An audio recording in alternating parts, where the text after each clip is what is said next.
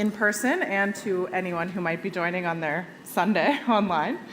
Welcome to the Gender and Environment Data Alliance side event, Roots of Change, which is co-convened by Arrow, WEP, the Women's Environmental Program, and we do on behalf of the Gender and Environment Data Alliance.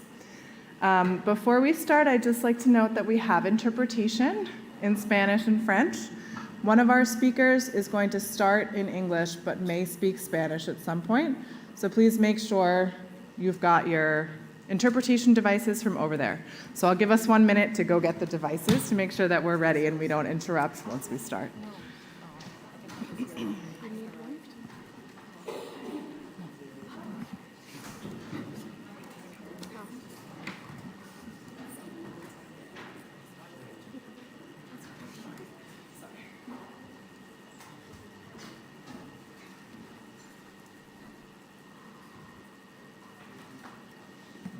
Okay, we have a very exciting lineup this afternoon. I'm very excited to hand over to my colleague Angie Daze from the International Institute for Sustainable Development, who's also a member of GEDA's Interim Steering Committee, to start us off. Angie, thanks so much for being here, and over to you. Thanks so much, Katie, and welcome everyone. My name is Angie Daze, and I'm the Director of Gender Equality and Social Inclusion for Resilience at the International Institute for Sustainable Development, or IISD. And it's really an honor and a pleasure to be here today representing the Gender and Environment Data Alliance, or GEDA, and to give some opening remarks to set the stage for what I know is going to be a really interesting discussion. GEDA was formed in 2021 as a collective commitment to the Feminist Action for Climate Justice Action Coalition under Generation Equality. Our alliance was born out of a recognition that effective, gender-just, and inclusive climate action relies on decision-making that's informed by gender and environment data.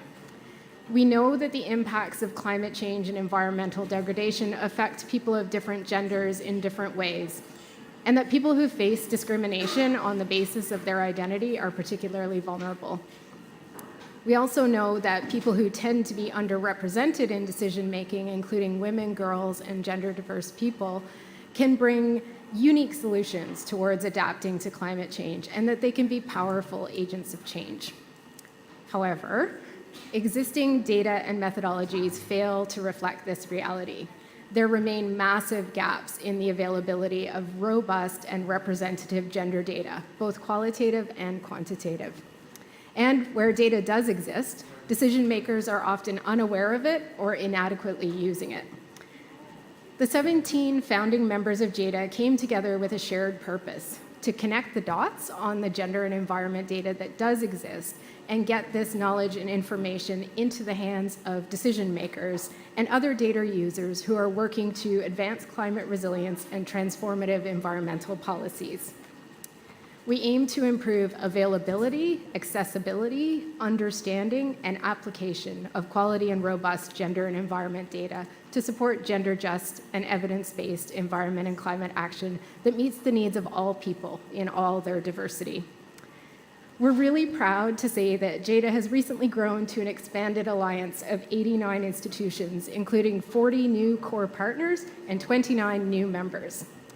The members of GEDA represent United Nations entities, international organizations, and civil society, and the membership includes a diverse range of actors working on different aspects of gender data and its importance for dealing with the climate and biodiversity crises. We've also formed a data advisory group comprised of 25 individuals. The alliance is co-convened by IUCN and WEDO, and we're really grateful for their leadership and their guidance in this really exciting endeavor. My organization, IISD, is proud to have been a founding member of GEDA and to sit on the Interim Steering Committee. As a think tank, we are committed to evidence-based decision-making, and with our strong commitment to gender-responsive and inclusive climate action, we didn't hesitate to join the alliance when we were presented with the opportunity. So one of GEDA's first activities was to undertake a mapping exercise to look at the gender and environment data that does exist. we engaged a team of consultants who looked at more than 300 items, including studies in books and journals produced by more than 130 publishers and gray literature produced by 65 different organizations. This exercise yielded important insights in terms of the focus of the research that's been conducted, where and how data has been collected, and who's generating it. Importantly, we found that though more than 90% of the studies were focused on countries in the Global South, the publishers and institutions producing the research were much more likely to be based in the Global North. Recognizing this reality, we've undertaken a concerted outreach effort to encourage a diversity of organizations to join GEDA. And we're happy to report that in our expanded membership, almost 70% of the organizations are based in the Global South, and more than 65% work at the local and/or national level. We'll be hearing from several of these members shortly, and they'll be sharing examples of their work at the Gender and Environment Nexus and how they use data. And we're really pleased to have speakers sharing work in Fiji, Kenya, Colombia, as well as globally focused work. Earlier this week, we had the opportunity to spend 2 days discussing the opportunities and challenges associated with scaling up the generation and use of gender and environment data at the Global Conference on Gender and Environment Data, which was co-organized by the UNFCCC COP Presidency, UN Women, and GEDA, led by IUCN and WEDO. The organizers put together an incredible lineup of speakers, and the topics of discussion range from indigenous data sovereignty to using big data for gender analysis. The resulting call to action, which you'll hear more about later, highlights a number of key areas that need attention and investment to realize the potential of gender and environment data for effective, gender-just, and inclusive climate action. GEDA has a key role to play in all of this.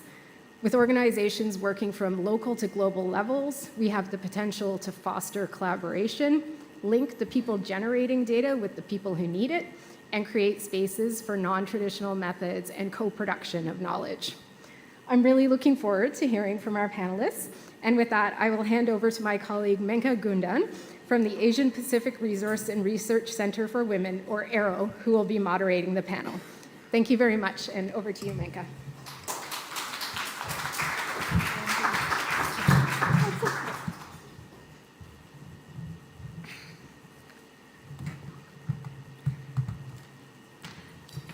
Oops. Okay. Good afternoon, everyone. And like Angie said, thank you and welcome to the GEDA Alliance's event this afternoon.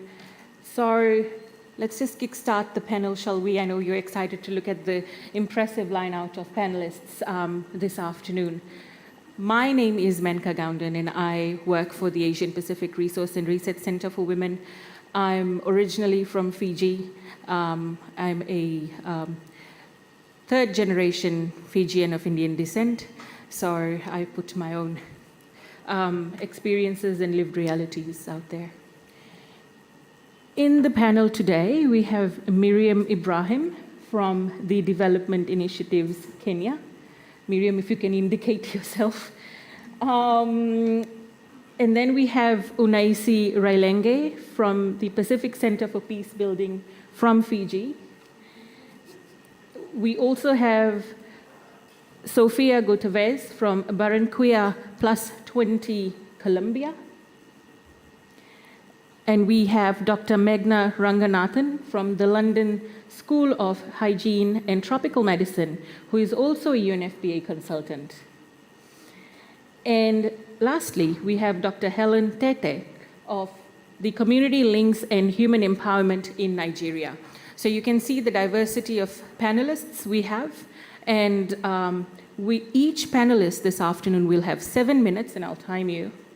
So, they have each been presented with 3 guiding questions. I'll say it once so that we can get on with listening to our panelists. So the 3 guiding questions are as follows. Okay, the aircon has blessed me with a droplet of water. But what methods of data and evidence gathering does your organization use to bring lived experience to the policy arena? why is gender environment data essential to your work on environment or climate justice? And why is it important that this knowledge and data informs UNFCCC and COP28 space? So, yeah, so we can begin from probably the far right. Oh, yeah, okay. And then we can come this way. Okay, great. Sorry, can you hear me? Great. I'd actually like to first start by thanking you all for this opportunity to present. My name is Meghna Ranganathan. I'm an academic at the London School of Hygiene and Tropical Medicine, but I've also done some work for UNFPA, and in order to sort of reduce carbon footprint, some of my UNFPA colleagues who are actually working on some of the initiatives I'm talking about, I'm actually presenting on her behalf. Her name is Dr. Shainan Zhang, and she's a technical specialist at UNFPA in New York. So just to sort of kickstart, and it's going to be at the global level, and I'm also going to sort of speak through some local work as well that colleagues and myself have been doing at the London School, just to sort of give you a sense of sort of the various methods for data and evidence gathering. So at UNFPA, there's actually a focus now on building this population level climate risk assessment, which sort of combines vulnerability assessments that they do with geospatial mapping to look at sort of 3 broad indicators. So they're looking at exposures, which is basically the different sorts of climate hazards, so floods, droughts, heat waves, and then they're looking at vulnerability, which is sort of looking at both socio-demographic, socioeconomic information, but also things like the environment, housing, and sort of people's sort of the built space and infrastructure. And then finally, the exposure as well as coping capacity, what they're sort of looking at as coping capacity, which is also used quite broadly now as resilience, essentially. And looking at this, keeping these 3 indicators in mind, the one thing that's sort of a really interesting development and a database that they're building is geospatial mapping and using sort of population level gridded data to really sort of hone in on specific areas where you could have sort of at the community and village level an idea of the hazards that a community is facing. And if you sort of dovetail that with socioeconomic information and vulnerability information that can be by gender, you're really getting a very, very specific level of information. And what's interesting is this is quantitative information. So it is, you could sort of look at effect sizes, you could look at big data to get a bigger picture. But what's interesting is based on that, you can then do participatory level, what they call mixed methods research, where you're then able to then use participatory methods to understand community needs, women and girls' sort of needs and wants, and what can be done to sort of adapt to climate and how it's affecting them. So sort of combining the lived experience with big data sets is, I think, where sort of the next action step should be and is sort of being built in that space. So from UNFPA's perspective, this database does actually provide a lot of big data, and I think having the community-based participatory research experience that goes down at the community level, because that's not going to give you effect sizes, but that's going to very much give you the lived experiences. You need to combine that to really have effective data. So that's sort of a data sort of point here to mention. I think, why is it essential? I think we have heard from the previous panel and a lot of other panels today, and we'll be hearing about tomorrow, the issues of sexual and reproductive health rights, gender-based violence are sort of disproportionately or more experienced with sort of greater intensity by women and girls, and also across different variables like age, race, disability status, all of the various sort of marginalizations that can take place in a given community. So if you actually have the data that gives us that intersectionality and that picture, it then allows us to think about interventions, because I think that's really the next stage. The data has to also inform evidence-based intervention development. So I think, really, I think it's a very important both an initiative as well as adaptive ways of working. I think we constantly have to change our ways of collecting data and understand the data so that we're able to then develop better interventions. And I think the last question was, why is it important that it's in this COP28 space? I think a lot of us recognize that this space actually affords us a platform that is very multi-sectoral. People from every sort of, all the actors that are important for women and girls are here as well, whether it's the climate folks or women's rights organizations or the academics or the researchers and the funders.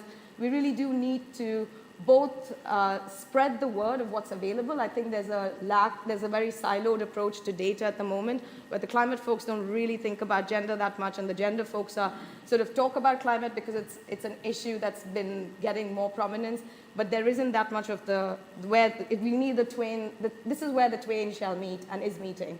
So I think really this has been a really sort of, I think, an excellent space and forum, and hopefully the future COPs will have much more of this intersectional discussion. So thank you. Thank you, Dr. Meghna. And I'm glad I didn't have to give the 1-minute indication. So talking about evidence-based intervention, and I'm sure a lot of our speakers are going to talk about how they're using data in the lived realities. So Miriam, over to you. Thank you very much. I'm Mariam. I'm with Development Initiatives, and I lead our work on developing the right kind of partnerships in Africa to ensure that our research and evidence is demand-driven and is used by policymakers or people who are developing programs. I'll start off by explaining a little bit about what DI does, because my intervention will be based on the work that we are doing in the region currently. And we have 2 areas of focus within DI.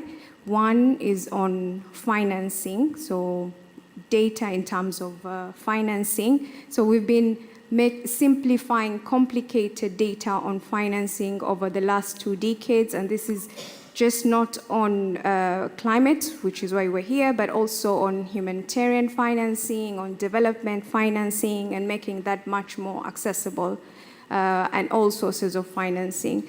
And then the second area of work is where we're looking at data ecosystems both at the national and local level. So when it comes to the issues around governance of data, use of that data, building the culture of data use within those countries, those are the areas where we are championing data. In terms of data sources, we do both quantitative and qualitative research. So we would follow the money, for example. Like you'll see the figures, the numbers that are being discussed in these meetings. You see the 3.4% of ODA financing that is allocated as a principle for women, for example. But then we would go further and gather qualitative information based on what is happening on the ground. So, for example, looking at the localization agenda, women rights organization we looked at during the COVID period. How was it really working on the ground? What are the power dynamics between international organizations and local organizations, for example? And you'd hear stories from these organizations about the challenges of accessing funds, which we all know, or budgets that are provided. Maybe they're catering for domestic violence, but they're providing rent, but that's not allowed in the budgets. There is issues around overheads. So that's the reality that organizations are facing on the ground, and we bring that to light because we know that global figures mask the realities on the ground. So qualitative data, but also joining up different sources of data to understand the full story. You've talked about big data, for example. We are also using machine learning, natural language processing to understand the issues around, for example, tagging of climate finance, where donors are getting it wrong. We have interesting findings related to that. So joining up different data sources to tell the full story. So that's in terms of like the focus on the data side. In terms of the climate space, I mean, we come into it from this background and history of doing that kind of work. And I know the conversation is around gender and environment data, and particularly that ecosystem. But it's really important to, in this space, to understand the financing data ecosystem. Because if we don't get that right, we won't be able to invest in gender and environment data. We know the issues that we are currently facing. I mean, we've had the stories of impact on climate, on women and girls, and all the health challenges, I think, from just the previous panel that was here. So what we are currently looking at is how can we ensure there's a lot more investment in data to ensure that there's monitoring and of these policies that need to go hand in hand. So strengthening that bit. We've seen the challenges on reporting against the UNFCCC requirements when it comes to gender, the lack of that gender disaggregated data. So that emphasis around that. The other element on data ecosystems, our research and focus has been ensuring a much more inclusive approach. So right from the design phase, when you're designing like the programs, we know like that's possible because at DIA we've been champions of the inclusive data charter, which is adopted by governments. So Kenya is a good example of implementing the inclusive data charter where we supported that and where the focus has been on disability, but we've seen that inclusive approach where we've looked at all sources of data within that ministry, knowing who's producing data officially, who's producing it unofficially, at what level is it disaggregated, and that's applicable also in the gender space. And the governments see the use of having that kind of data, and the voices of organizations were brought in right from the beginning. So we are great advocates of including the voices of women along the whole data value chain. I just wanted to make, on the last bit, in terms of like on this space and what we should improve or why this is important.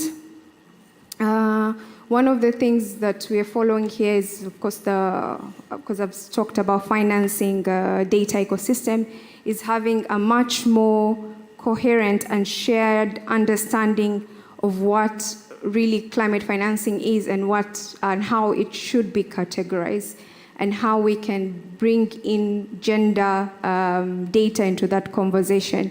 So, for example, my colleague was sharing findings from some of our work, and our projects on chocolate factories being set up in Italy, for example. What will that do for women in the communities? Can we be able to track like where the funding is really going and understand these projects, whether they are benefiting the community as a whole?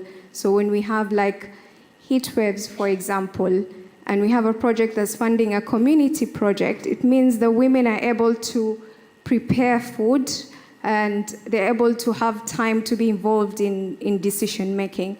So that understanding actually of where is the money going and having the right data and ensuring the financing is gender responsive is really important. I won't go back on the inclusion bit because that's also part of this conversation in terms of ensuring financing includes the voices of women right from the beginning and the data flow. But the other point is to emphasize that we should ensure that there is no lack of duplication in this process. The systems, if we are strengthening gender and environment data, that should be nationally owned, it should be inclusive, and it should be done in a sustainable manner.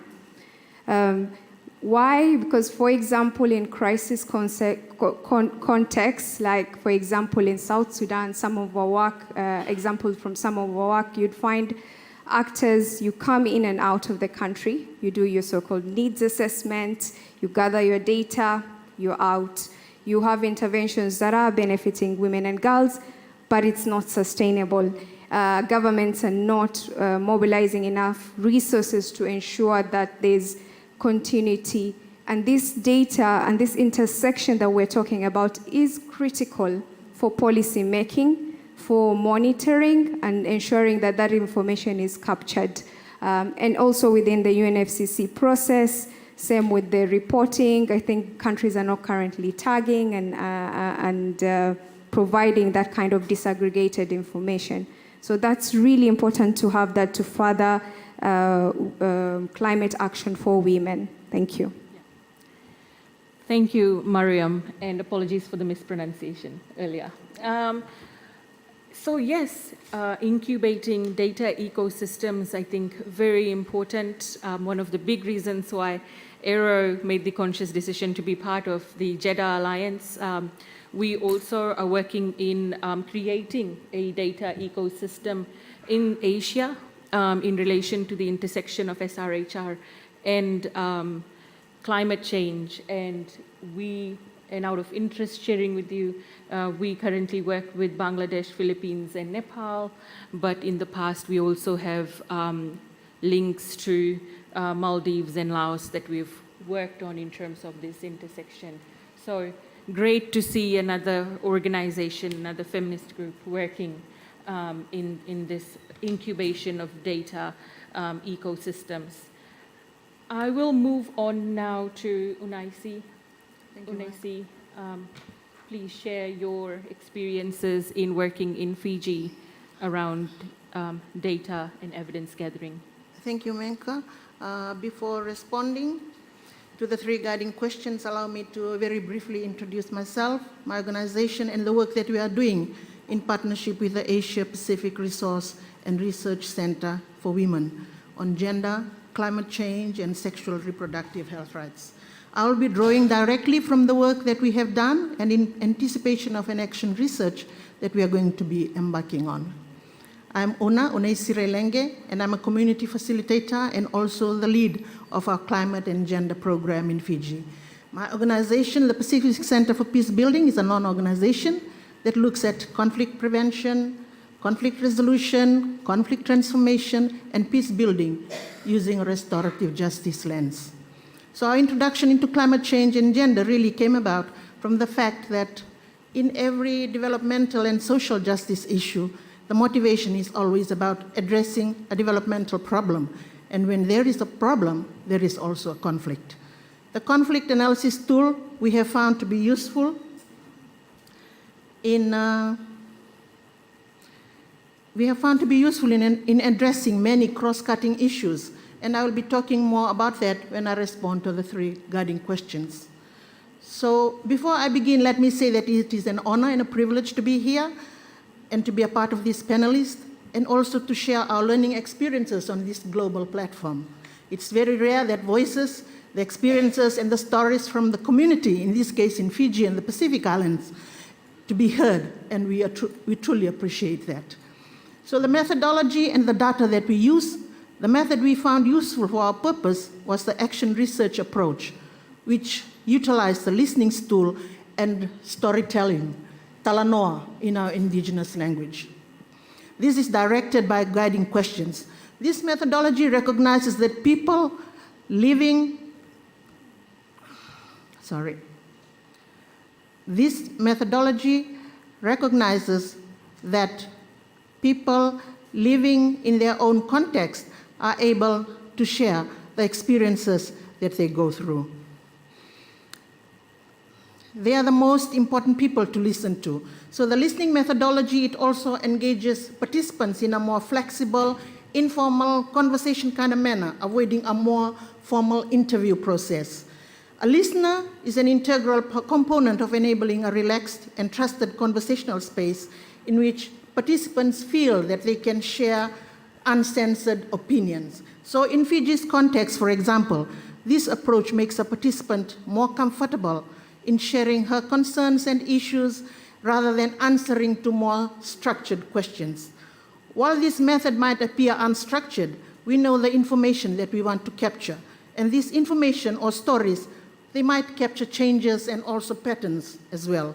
So when applying this method on gender space, we also get stories in a more flexible manner. It's not about asking how many women are beaten up, but it's how we are able to extract that information just from listening to the storyteller.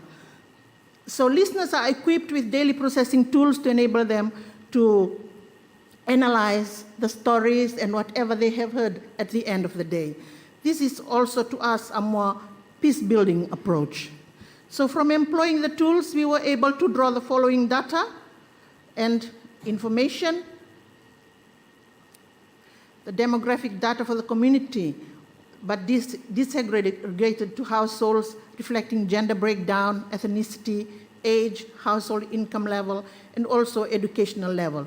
There were also specific questions relating to climate change and its impacts, the climate events, the patterns of climate change, the hurricanes, the droughts, the king tides, and how often these events happen.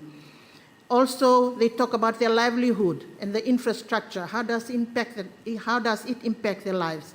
And so from this data we collected through the listening methodology, some of the highlights and stories pointed to the following issues: that women in the settlements are often violated, but they do not have places where they can report to. So in our Fiji's patriarchal society, males are more dominant. So if women are going into the police station to report an issue, there's somebody there that they will know, maybe a male. So they are not able to report the issues that they are going through, and they come back home without sharing that issue to anybody, that to higher authorities that they need to talk to.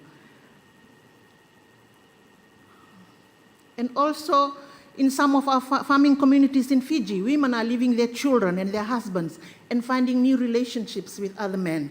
This was driven by the fact that the drought, which is a climate change event, destroyed the crops and also the subsistence farming, which they usually rely on. So there was no food to eat, no income generated into the household, which led to conflicts within the homes, mainly between husbands and wives, and impacted negatively on their relationships.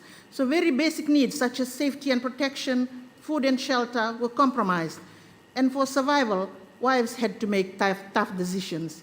The vulnerable groups are the ones most affected, and in this case were the children and their elderly grandparents who were left to take care of them. So in nearly all impact assessment reports, the data and information are mostly generic and do not highlight the very heart of the issues that matter, that impact on individual decisions and relationship decisions. When development is being planned and then implemented, the assessment and analysis that translate to strategy and plans, and finally implementation, we find that the development projects themselves become problematic for women and girls. They pose risks to their lives and do not allow for women to live or carry out functions related to reproductive health with dignity. So the generic approach contributes to solutions that are generally unfriendly and harmful to women and vulnerable groups in the community. I'll talk about a relocation site in Fiji where we visited and we did a program with. When we talk about climate change in Fiji, we talk about relocation. But relocation without proper processes and consultations, they harm families and particularly women. From our observation and early scoping for the research, we recently published, we heard stories that speak directly to how women and girls' lives were impacted in a negative and destructive way through the improper processes. When consultations are held in these climate change impacted communities, there are emphasis only on numbers, on events, the incidents and trends, but the importance of looking at the sexual reproductive health rights, this is often not considered as important. The final solutions for most of the communities were either relocation or strengthening the infrastructure. So just allow me to go on to our final question, why is it important that this knowledge and data informs the UNFCCC COP28? We think that the indicators of the success or non-success must be drawn from how they impact on the lives of people at the ground level. Decisions made have to be people-centered and people-focused, and more on improving the quality of lives and building and strengthening social structure. Thank you, and sorry for taking up that time. No, thank you. Thank you, thank you. Actually, I'm sorry because I know you guys work with Vunindangaloa, which is the officially recorded as the first settlement to have been relocated due to climate induced disasters. So, and also I'd like to, given the underrepresentation of Pacific, usually in these types of spaces, I'll take my bias as a moderator and from the Pacific Islands, to say that, a lot of work has been done to use the Pacific epistemology of Talanoa that Unaisi has mentioned. And I loved what Meghna also said about these sort of intersectional methodologies, intersecting with the big data work that we do. And so thank you. Thank you for the diversity and richness that we have already seen with our three panelists. And I know that there's more to come, so I'll pass it over to Sophia. Thank you. I'm so sorry.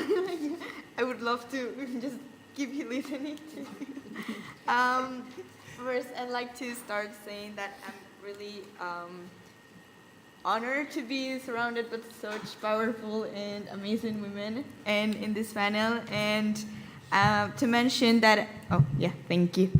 I'm here not only speaking for myself, I am the representative of a network called Women for Climate Justice. We are a network of 23 women in Colombia from different territories, taking indigenous communities, peasants communities, Afro-descendant and racial communities, also urban and rural women.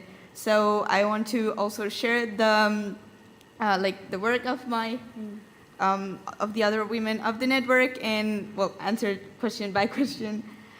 So first I want to share we are from 16 sub-regional territories of Colombia, and we work mostly on demanding climate action but also gender action at the same time. So we kind of focus on to answer the what matters of data. We bring the experiences of women from the territories. We also follow kind of the non-traditional approach on how to collect data, but rather we focus on a decolonized approach on how to acknowledge these traditional and resistance processes that have been going on through the years. This means we're not the organization is not coming to the territories and just extracting the knowledge to fulfill the external investigations usually from process that will not benefit the communities at the end. So that's what we are trying to detach from, and actually following the same storytelling circles, creating a safe space for women and through collective gatherings to actually share the experiences. So not only asking these established usual interviews with Google Forms or something like that, but rather creating a space that does not that does not follow these dynamics of re-victimization and does not come into a place of harmful trauma for women. So the idea is that the data that it is collected, it is actually fulfilling a purpose of help, and it's actually coming from the community, and it's not coming from an extractive of the knowledge and just then following for another project. It's for the community and from the community. So we kind of follow this to document the information and the data of the experiences of women that are leading the climate action of Colombia. And that's one of the things that we've noticed through our gatherings, through the processes that we made. We right now have several projects around data collection, but also supporting the investigations led by the women in the communities, and also focused on STEM and also girls' education. So one thing that we notice is that the climate action is led by women in Colombia. But usually when the finance comes for funding a project or for some funding like other organizations and like for funding the government, like these huge funds, when they arrive, they do not get to the women. And even though like the policies are being made for them, they are not, we cannot keep continuing to allow that the decision-making spaces and the decisions are made without us. And so now to follow the second one, so why is gender environment data essential for our work? It's because when we have the data of gender-based violence, with it a social and environmental conflict, Colombia has been having an internal armed conflict for more than 70 years, and it's considered to be the country of, well, one of the countries most dangerous to be an environmental defender. When we have this data, when we have these stories, it's not about only numbers.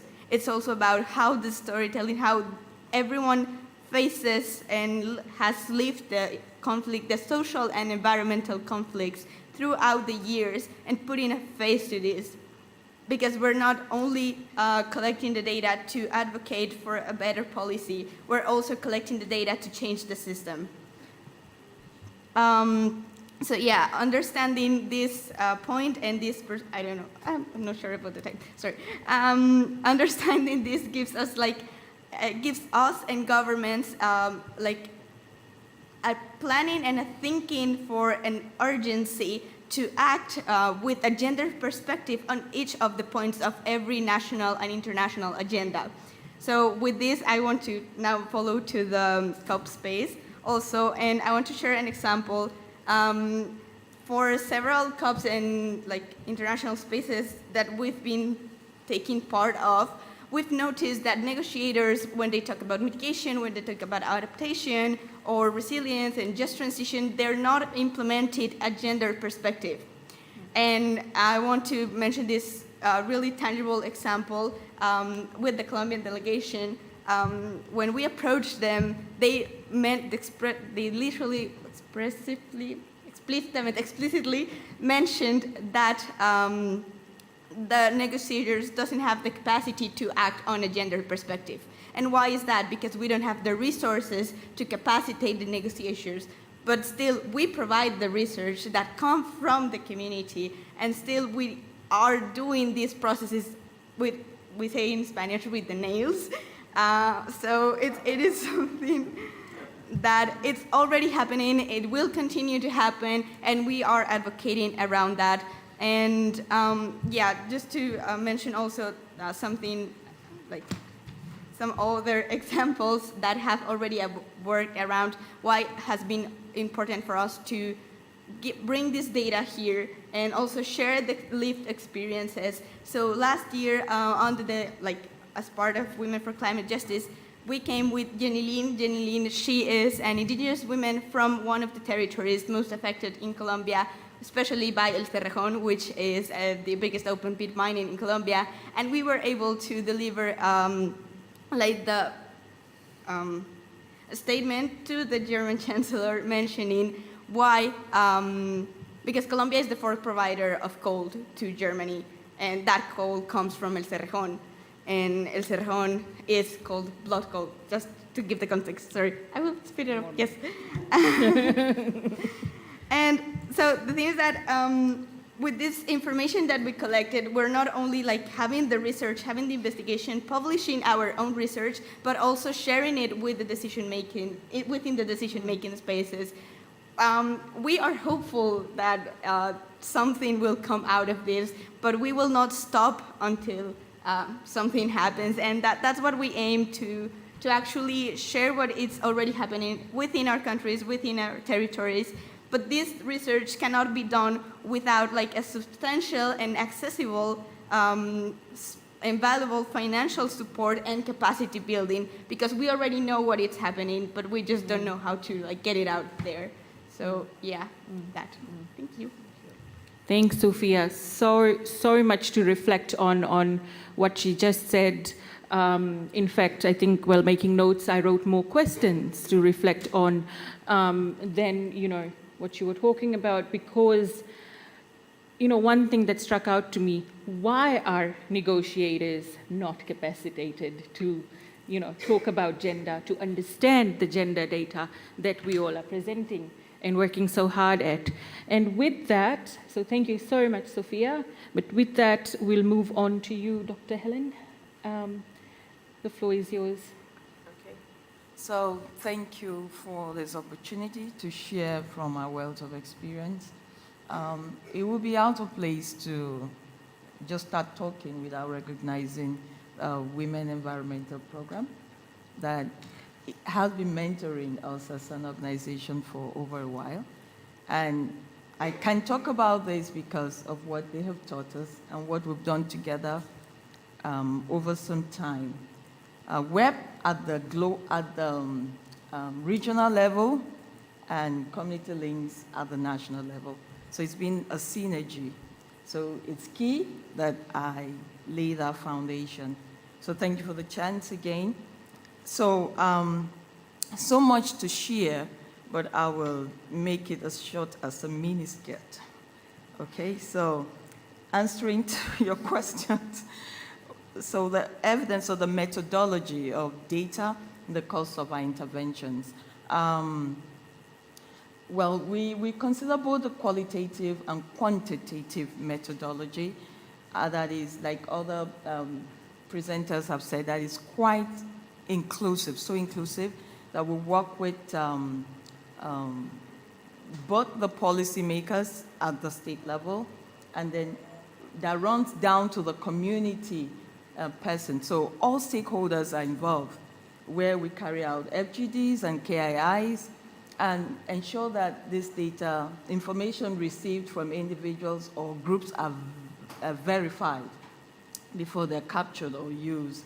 And recently, including biometrics capturing, where data collected is verifiable, that can be tracked to location, and if possible, who is giving such information, where phone numbers are even attached to data collected. And then, of course, when it comes to key interventions that had to do with confidentiality, that is also taken to note, so that because there are information that you wouldn't just let out there that have been given to you out of confidence. So that is taken into consideration. Knowing that data is key and that it forms part of a policy or decision making, even at the programming level or advocacy, we don't take that for granted to make sure it's quite inclusive. And with the exposure on Gender Environmental Data Alliance, the kind of data collected in the past few months or year have been quite inclusive, where it's not just women, it's further broken down. Are these women pregnant? Are they living with disability? What kind of climate crisis are they facing? What kind of intervention would they want? Is it agri-based? Would it be about resilience? So that it helps the planning and programming, so that recent interventions are quite specific. Recent programming are quite specific, and they attend to needs, which is part of our sustainability plan. It's beyond just ticking the box. It's about meeting specifics, And then over time, data collected by web, for example, accumulated into the country's gap. One of the key successes in Nigeria, where involving those key stakeholders led to the formation of GAP. And down to other states. I remember one of the states, Benue State in Nigeria, where part of what WEB did in collaboration with her other partners led to the VAB law, the the Violence Against Persons Prohibition Law. All of that involved a lot of data gathering, where down to the grassroots, data were being gathered. And then why is it so important? Like I said, it's important importance of generating data is key to policy formation, policy implementation.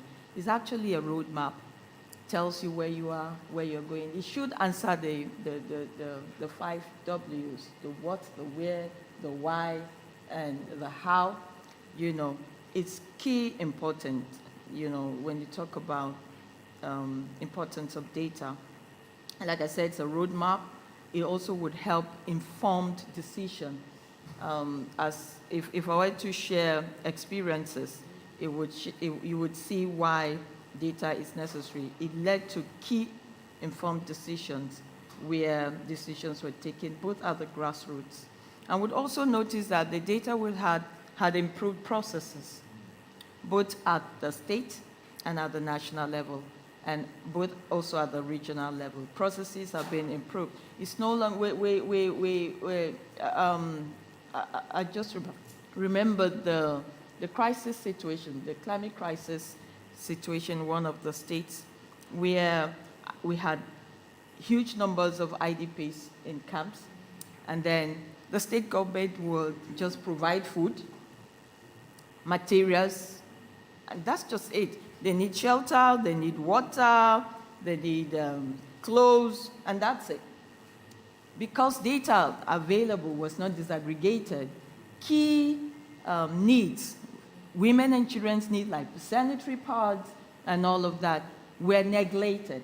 And then it was so easy for some of these GBV issues to be manifesting, where there was sex for food, in exchange for food, or sex even in exchange of even firewood, just to have access in the community. Before you'd have access to get firewood to cook for the children, the community men would demand for sex.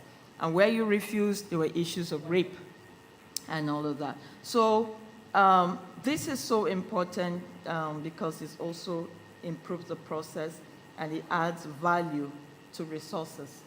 Resources are not just being spent, but they are spent correctly. And why would this be important to the UNFCCC? Well, I was just thinking about that question, and I think the importance is this. It won't just answer to the issue of gender inequality. It is the solution to gender inequality. Thank you. Thank you, Dr. Helen.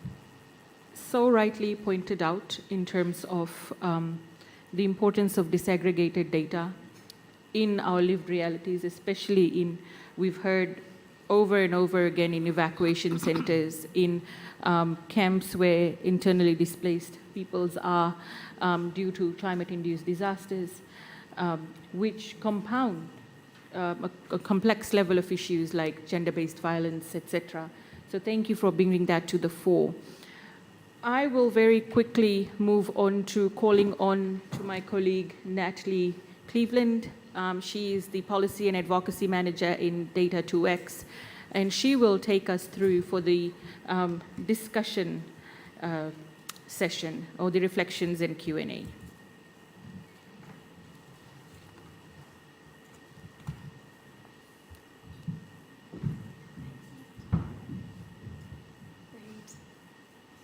Thank you so much. Make a round of applause for our panelists today, please. Thank you. Thank you so much to our panelists and co-hosts for such a rich conversation today. It's clear that there's so much innovative data and evidence gathering, quantitative and qualitative, at the national and regional levels. And I hope that both advocates and policymakers alike take heed of the power of gender environment data to accelerate gender-responsive climate action. So thank you. As Meka mentioned, I'm Natalie Cleveland, Policy and Advocacy Manager of Data 2X. Data 2X is a civil society organization and gender data alliance that mobilizes action to make gender data central to efforts to achieve gender equality. We're also a proud founding member and core partner of GEDA. And as we transition to the next portion of today's event, I'd like to share a bit about why we're here today And soon I'd like to invite all of you to do the same.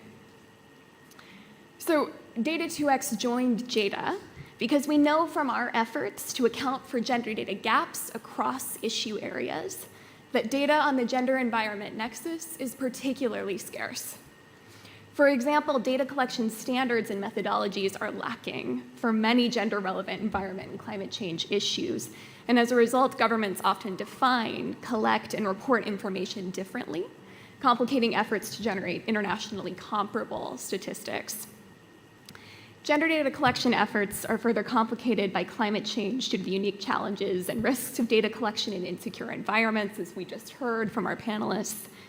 And most environmental data is collected at the household level, as opposed to the individual level, meaning that we're not able to assess intra-household gender differences. So capturing those intra-household differences is particularly challenging. And perhaps most critically, something that I have not heard yet today, is that one of the largest gaps is around mobilizing dollars for action. Gender data systems suffer from chronic underinvestment. Between 2015 and 2020 alone, they were underfunded by $450 million per year, per our estimate. So to learn more information, I'd encourage you all to check out Data2X's latest report on mapping gaps in the environment and climate change, as well as our policy brief on gender data for COP28 and beyond, which was co-authored by many of our colleagues in the room today, including IISD, IUCN, and WeDo, and examines the importance of gender data for UNFCCC processes and mechanisms. So we'll now transition to a roundtable discussion with all of you.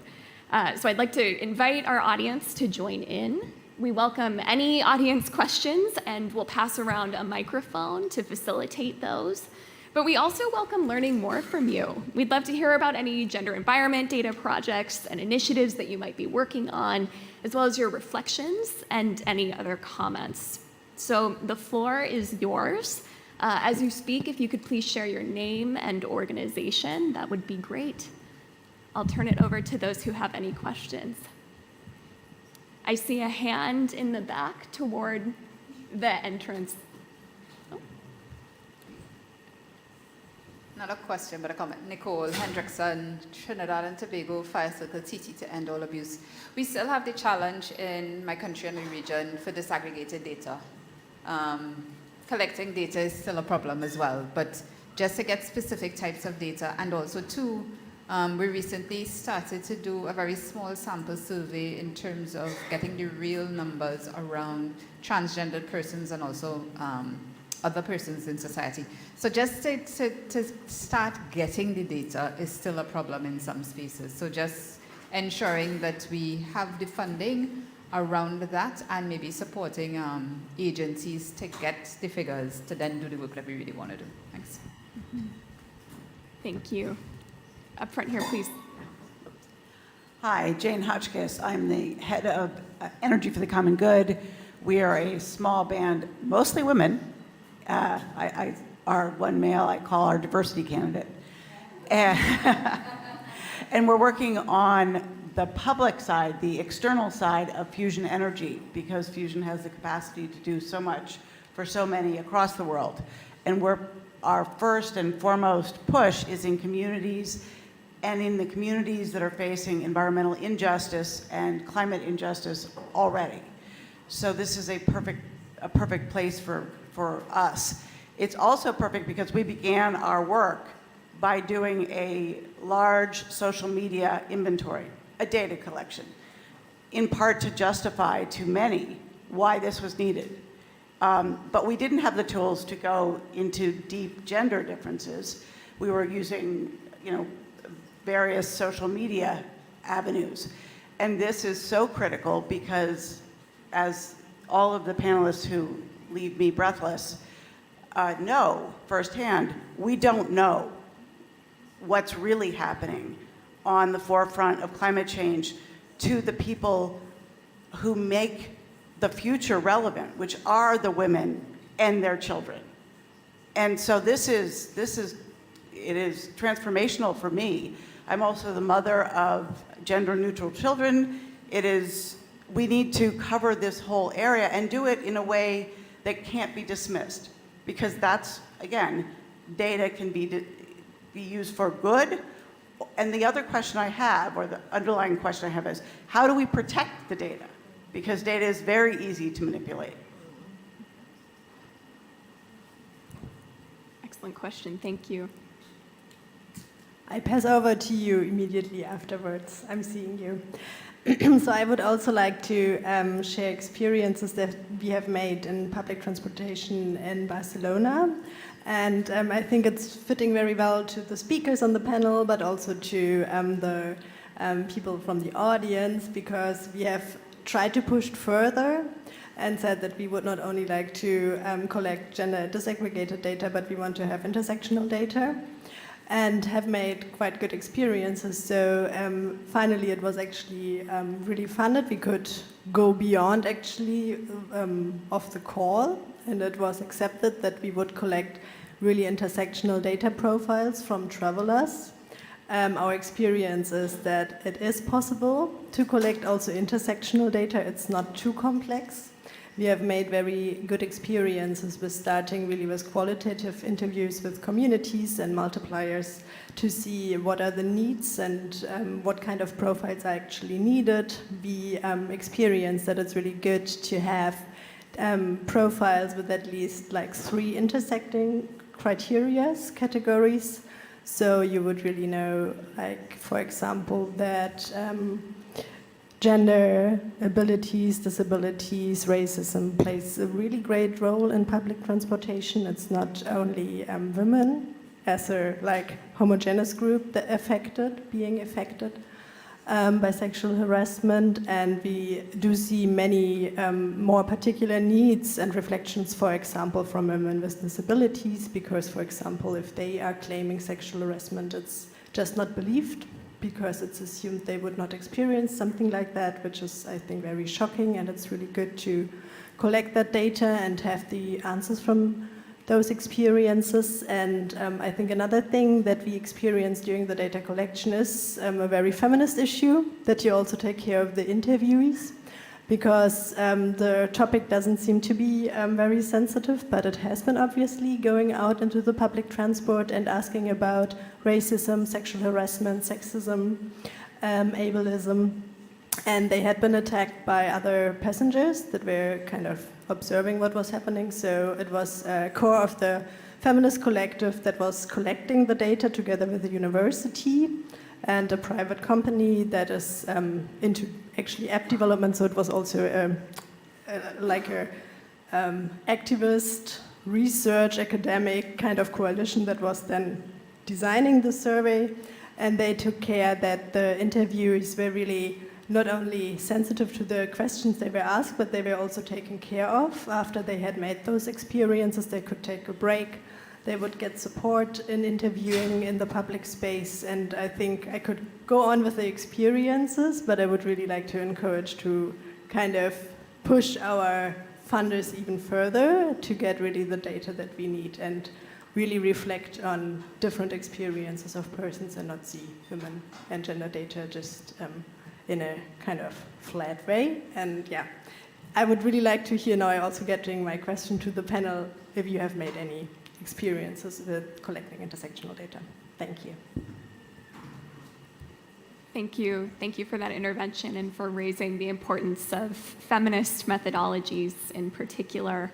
I'll head to our panelists for questions after one more intervention. Thank you. Over here. Hello, my name is Alejandra.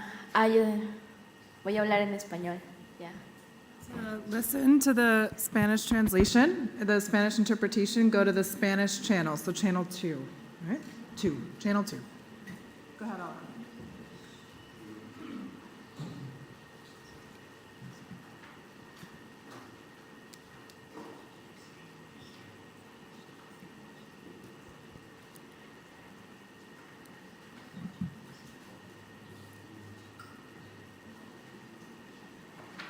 ¿Listo? Bueno, sí, es una pregunta para alguna de las panelistas, y es qué tipos de metodologías han utilizado o recomiendan utilizar para recoger datos a nivel de base desde un enfoque decolonial, teniendo en cuenta las barreras de educación digital y también el analfabetismo, es decir, cuando las mujeres no saben escribir ni leer. Gracias. Thank you. I see one more hand nearby in the back, and then we'll come to the front row afterward. Great. Thanks, Katie. Okay, thank you so much. My name is Vivian Chime. I'm a journalist from Nigeria, and I also recently co-founded an organization a data think tank called Sustainability Pathways for Africa. And we've recently gathered over 600 data points for environmental risks and hazards in Nigeria. We'll be launching that on December 7th.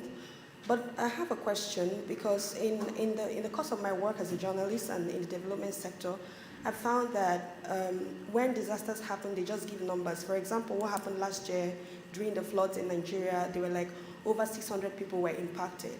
But the questions I kept asking myself, and which I'm currently working on a story, is how much of these numbers were women?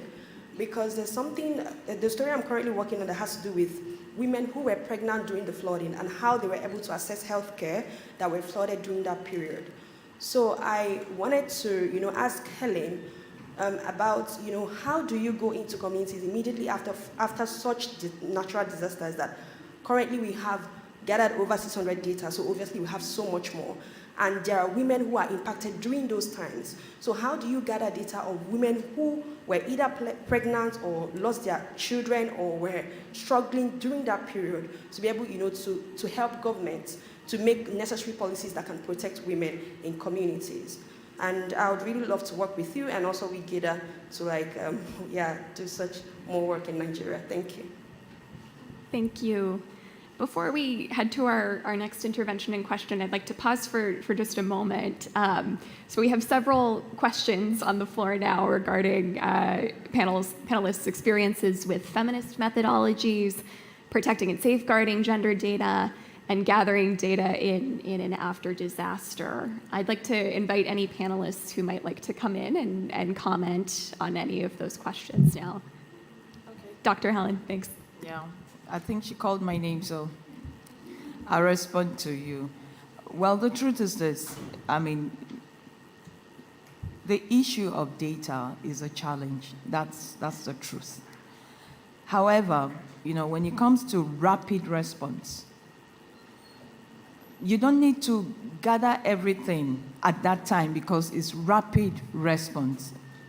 But after everybody has settled and you need to carry out projects that are linked to development, that will align to livelihood, you need, speaking from my experience, you now gather all the resources needed because data can be carried out without resources.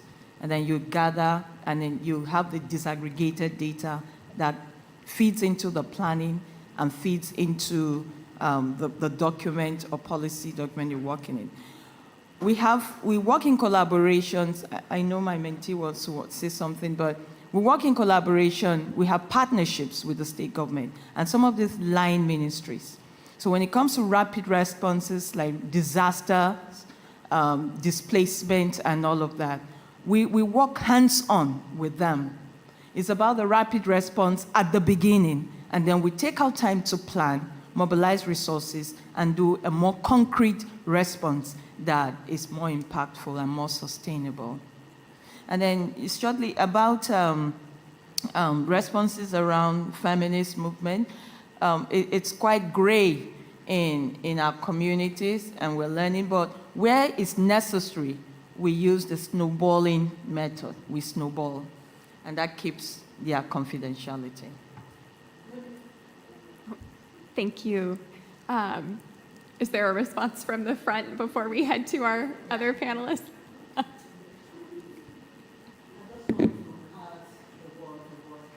About the data collection. My name is Priscilla Achakwa. I'm the Global Lead for Women Environmental Program, which we're partnering together. And just to say that in terms of gender disaggregated data and in terms of disasters, just as you have alluded, when people are displaced, you know, they quickly move into places where it's not necessarily designated, and through the rapid response, we're able to collect data based on sex and disaggregate them according to sex, according to the children, and of course, so you can get real-time data that is within a short period and not necessarily waiting until after the disaster has taken place. That data helps in decision making. But just as she has said, you know, collection of data is capital intensive. So if you want to get real and near accurate data, you have to invest in it. But this is like a rapid response to enable you make quick decision. Who are those that are going to be in the protection? Who are going to be, disaggregate them even in terms of shelters. How do you do that?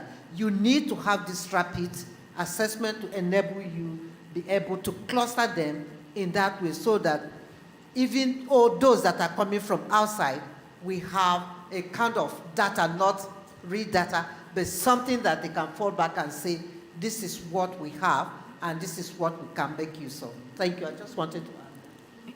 Thank you. Let's turn to Dr. Meghna at the end before we head back to the audience. Yeah, thank you so much for those questions. I think I just have a comment on the, what happens at post-disaster and how do you collect data. So I guess the entire premise of this database that UNFPA in coordination with other agencies are developing, which is this idea of this global database where you have regular vulnerability assessments done in communities. If you were to then overlay that with that geospatial data where you're then able to hone in on areas that are vulnerable, it actually is meant, the premise is to help with disaster response preparedness, because you have a sense of, you're collecting data continuously. You're not just collecting it post-disaster. You're collecting it over a period of time in a particular region, in an area, and that gives you sort of that larger picture. But then I think post-disasters, it's really important, obviously, to go in with an ethical mindset as well, especially when collecting data that might be, if it's focused on sort of something like gender-based violence, you can't sort of just, post-disaster ask questions on violence without having a very survivor-centered, ethical approach to collecting data. So I think the one plug I want to make for data that's gender disaggregated, it really depends on what the end point is. I think if we have this global database with different sort of indicators and we just have it by gender, by race, by disability, that's important information. But I think if we then want to look at things like how is a post-flood disaster affecting gender-based violence, it sort of changes the way by which one has to collect that data. And I think it's really important in that case to then have ethical frameworks and people who are collecting the data understand what they're actually, because you don't want to obviously re-traumatize people as well. So I think data needs to be captured in an ethical setting, especially when it's specific issues. And I think to answer the question about feminist-centered approaches, I think it's very much work in progress methodology that I think a lot of people, I feel like my panelists here are in an excellent position to sort of comment on that as well. But just to say that I think there's a real focus also on peer-led research. So you don't necessarily, as a Global North researcher now, go into communities, ask people questions and leave. You ensure that actually the researchers who are collecting the data are from the community, they own the data, and then the action that you develop is actually by the community. And so I think it's very much a movement towards only community owned and having maybe advice, if needed, on methodologies that have been used in other settings. So I think that cross-learning is where the global institutions come in, but I think when it actually comes down to feminist-led decolonized research, it really needs to be at the community level. And questions on sexual harassment need to be act-based. They shouldn't be just like, have you been sexually harassed? I think these kinds of measures and questions have, we need to really make sure that the questions are asked in a way that's not, it's not disrespectful, and you're actually not asking a question that you're not going to get a good answer for anyway. So Thanks. Thanks, Dr. Megna, on the importance of community-owned, community-driven data practices. Let's go over to Sophia here before we head back to the audience. Yeah, I think I will touch base on all of the points, but I will do it in Spanish, so put your heads on.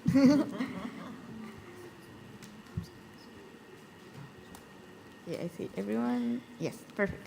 Okay, bueno, para hablar un poco del tema del el acceso a Internet, el acceso pues como a conectividad y pues teniendo en cuenta pues las barreras de acceso a educación y bueno, mencionar Colombia tiene un limitante en que solo el 59.5% de la población tiene un acceso a la conectividad. Ahora, cuando hablamos de acceso a la educación, pues las cifras también son un poco similares, también en especial en áreas rurales.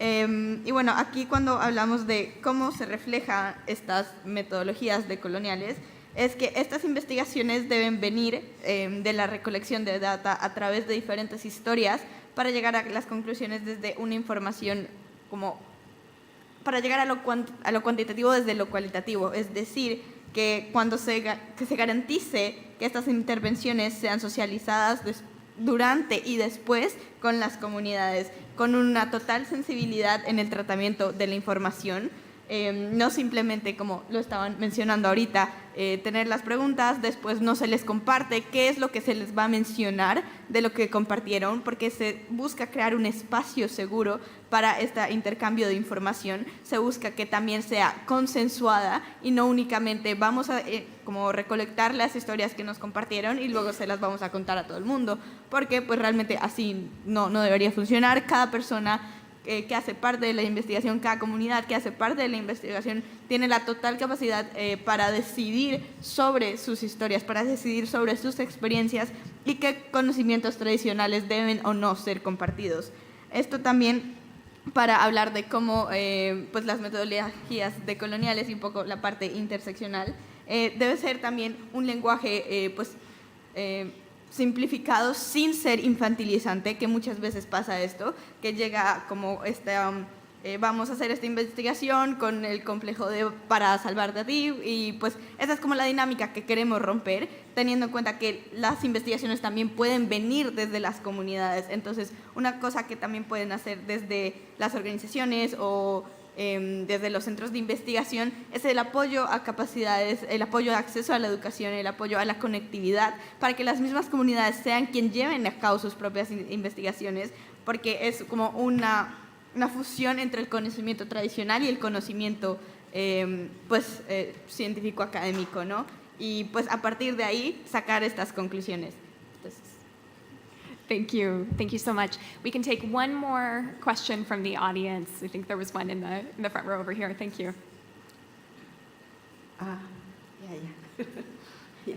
Thank you very much for giving me this opportunity, and I really want to congratulate our sisters, the feminist researchers, for presenting or sharing us their knowledge and experience about data, how data is generated, how data is analyzed, and how data is also used. So I'm a trainer for feminist participatory action research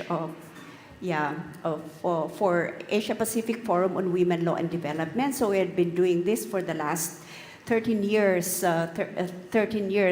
institutionalized in the programs of Asia Pacific Forum on Women, Law and Development.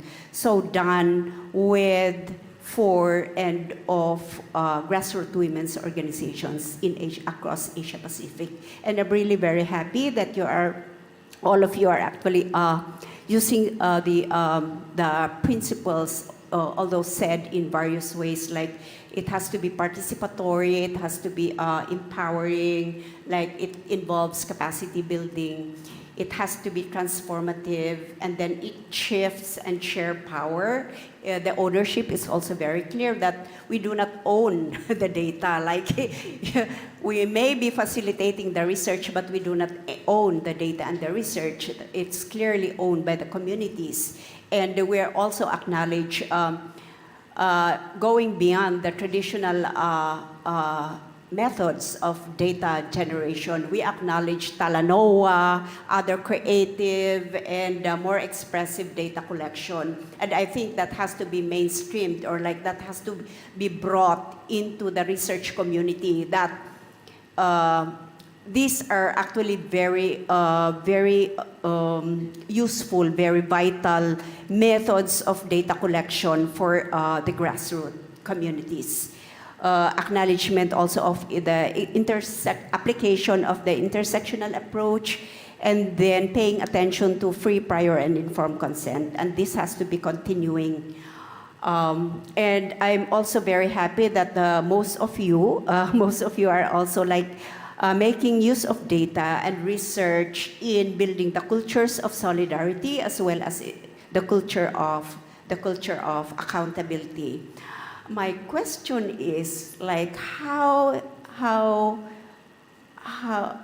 what is your experience in ensuring, or like in providing guarantee that safety and care of women and communities is also paid attention to? Thank you.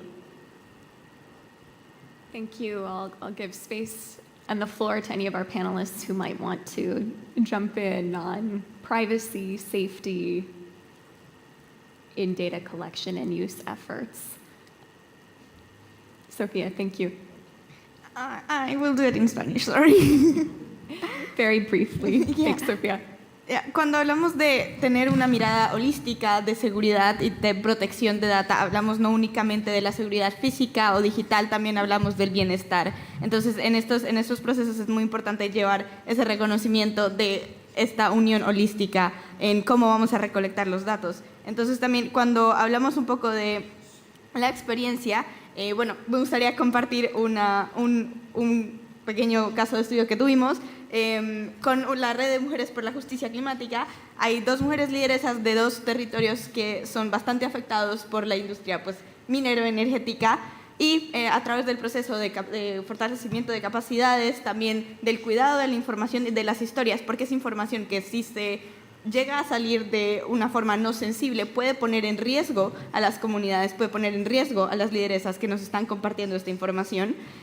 Bueno, llevamos a cabo un proceso de investigación llamado para la construcción de paz y seguridad con perspectiva juvenil y de género, en su mayoría a través de experiencias de mujeres y lideresas campesinas de los territorios. Entonces, nada, pues como mencionar este punto de mirarlo de una forma holística también. Thank you. Thank you so much, Sophia. And thank you, everyone, for joining the discussion and for sharing your reflections and comments and questions with us. As we come to a close today, I'd like to briefly reflect on the panel in the round and share a few observations that our shared conversation has surfaced. So to advance gender and environment data as a community, we must develop methodologies to collect national gender and environment climate assessments, or apply a gender lens to vulnerability and risk assessments or other studies that are being carried out to establish a baseline context within countries. Most importantly, we must combine this with qualitative data collection efforts to get at intra-household gender issues and inequalities, as we heard from several of you. More broadly, it's important to ensure that women, girls, and gender diverse people are meaningfully included and represented within data collection on the environment and climate change issues. One key strategy and priority that was surfaced is to partner with local women's organizations and movements to design locally relevant and appropriate gender data collection efforts engaging women and girls. Additionally, gender data collection and analysis should also adopt an intersectional approach, ideally considering and analyzing power across the data value chain from collection to use. At minimum, we must disaggregate climate data by gender and other characteristics to enable intersectional analysis and effective decision-making. We also must invest in gender data systems to support climate adaptation and resilience goals. This should include support for cross-sectoral and cross-institutional capacity building to enhance collaboration and coordination amongst stakeholders and across levels. And lastly, and very importantly, governments must put gender data to use in developing inclusive environmental policies, strategies, and initiatives, and for designing gender-responsive climate change mitigation, adaptation, and resilience plans. So with that, I want to thank everyone today. I'll turn to my colleagues, Jamie Wen-Besson of IUCN and Katie Tobin of WEDO to close. Thank you, and let's have another hand for our panelists as they come to the stage.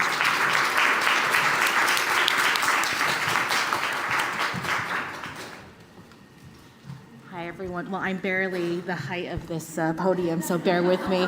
Thank goodness for microphones, right? So I want to thank our panelists. This has been such a rich discussion that's really in alignment with a lot of the topics that we've been discussing over the past weeks here at the COP. So I do want to say that one thing that really struck me from this conversation as well is also substantively the amount of conversations that we're having about gender-based violence and SRHR as well. You know, what really also struck me as well is talking about that we can't invest in changing what we don't know, right?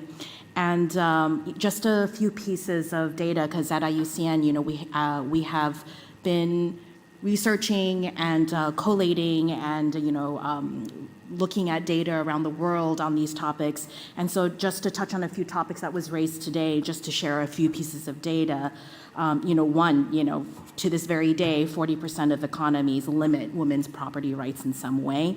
In our own research of over 300 environmental practitioners, 59% identify gender-based violence as having taken place in the context of environmental programs being implemented. A further 13% said that they weren't entirely sure what, if what they were seeing, what was going on. In Laos, PDR, and Cambodia, a study of 153 women environmental human rights defenders. Of that group, 73% reported witnessing GBV or experiencing GBV while executing their role, and 42% said that safety concerns was their greatest barrier in participating in natural resource management. In Nigeria, 85% of women in 4 local government areas in Borneo State, they expressed fear of rape, murder, and abduction while collecting firewood. And unfortunately, in another survey, 8 out of every 10 girls in the situation were either kidnapped or molested in the process of gathering firewood. And unfortunately, I think the young woman had to depart for another event, but Cyclone Idai affected more than 75,000 pregnant women, with 45,000 births expected over the next 6 months, of which 7,000 were expected to face life-threatening complications due to the flooding and the destruction. So when we don't have this information and we don't have this data, we can't really understand or even comprehend the magnitude of the scope of the challenges that face us, nor the opportunities that we want to address, right? And so that's why, as your humble co-conveners, IUCN and WEDO, we're very happy to have collaborated with other co-hosts earlier in the I want to say earlier in the week, but technically today's Sunday, so last week, we also worked with the COP28 presidency, the UNFCCC Secretariat, the high-level champions for climate change, to run a 2-day conference where we talked about many topics that have permeated these conversations. And we were really glad at the end of that conference to come away with a call to action with 5 key points. And so in those call to actions, it's now online. Hopefully you've received it. If you have not, this wonderful young lady here, Lara Sabater, is the person to talk to ensure that you get a link to it. And so very quickly, I think that there's just the headlines. The first is to promote and prioritize the protection of gender and environment data in an ethical and transparent way, to accelerate the use and uptake of gender and environment data for decision-making and essentially for various use, to drive investments in gender data, to ensure global, regional, and national statistical and data governance processes are inclusive, and to create and strengthen multi-stakeholder partnerships for gender and environment data. And all of these things are really important for our GEDA kind of, I want to say alliance, but family, because what we're really trying to do is to be the greater sum of our parts, right? All of us are collecting data in different ways. All of us are understanding and assessing things in different ways, and how to come together and force multiply and be a much stronger presence for ensuring that this data shouts from the mountaintops. Thanks so much, Jamie. And we have to wrap up. We're being kicked out. But I just want to say At 6:30 across the street in the Women and Gender Constituency Pavilion, so building 90 on the first floor. We're having an hour-long conversation circle on gender and environment data, so we can all walk across the street and continue the conversation there. And also please check out genderenvironmentdata.org, which is JEDA's website, and has lots of resources and information on how to get involved. So thank you all so much for being with us this evening. And thanks again to our panel.